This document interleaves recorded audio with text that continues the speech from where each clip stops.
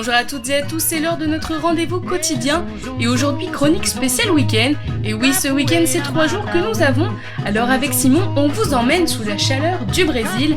Vaste pays de l'Amérique du Sud, il s'étend du bassin amazonien au nord et à des vignobles et aux chutes d'Iguaza au sud. Rio de Janeiro célèbre de par sa statue du Christ Rédempteur de 38 mètres de haut située au sommet du Corcovado.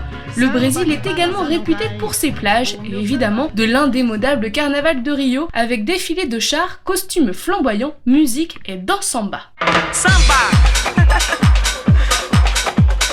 Puisque l'on parle de danse, eh bien je vous propose une activité qui n'est autre que d'apprendre la danse samba grâce à la vidéo qui se trouve sur le YouTube Apprendre à danser. Alors pour la petite histoire, la samba brésilienne est née dans les bidonvilles de Rio de Janeiro au début du XXe siècle. En effet, à la fin du XIXe, suite à l'abolition de l'esclavage, beaucoup de personnes se dirigent vers cette grande cité, qui à l'époque était la capitale du Brésil, pour travailler dans les docks comme vendeurs de rue ou comme domestiques. Le mot samba viendrait du terme semba avec un E, qui signifierait nombril dans une langue des esclaves. Et dans ce contexte, la samba serait donc une invitation à la danse qui consiste donc à se frotter le nombril contre nombril sur des rythmes binaires. Alors aujourd'hui, la samba est exclusivement dansée en solo et cette danse brésilienne est arrivée en France durant les années folles vers 1920.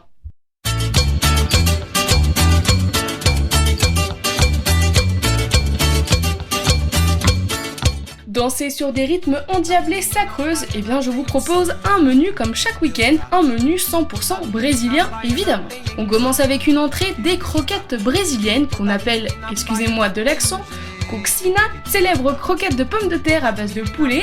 Il existe une variante au bœuf et c'est cette recette que je vous propose de découvrir sur le site Cuisine AZ.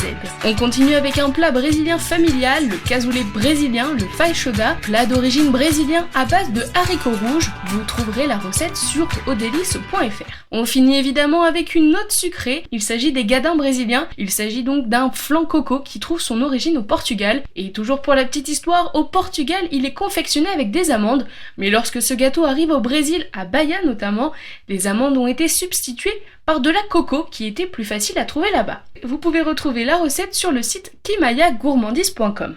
Danser et manger, ça donne soif, et bien ça tombe bien, c'est l'heure de retrouver Simon. Bonjour Simon. Bonjour Salomé. Alors qu'est-ce que tu nous proposes aujourd'hui sur le thème du Brésil ?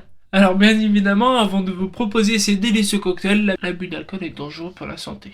Mon premier cocktail, c'est un cocktail phare du Brésil, il s'agit de la caipirinha, composée d'une cuillère à café de sucre, un demi-citron vert en morceaux et une mesure de cachaça, c'est-à-dire 4 centilitres. C'est quoi le cachaça ? Alors c'est une eau de vie obtenue grâce au vezou, c'est-à-dire le jus de canne à sucre. Mon deuxième cocktail, c'est le batida, composé de 2 centilitres de sirop de mangue, 4 centilitres de fruits de la passion, 4 centilitres de lait concentré et 6 centilitres de cachaça.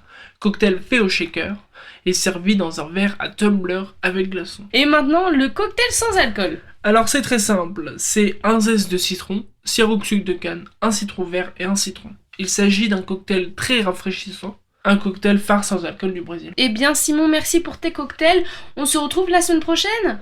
Avec plaisir Salomé, et la semaine prochaine, c'est le thème de la France.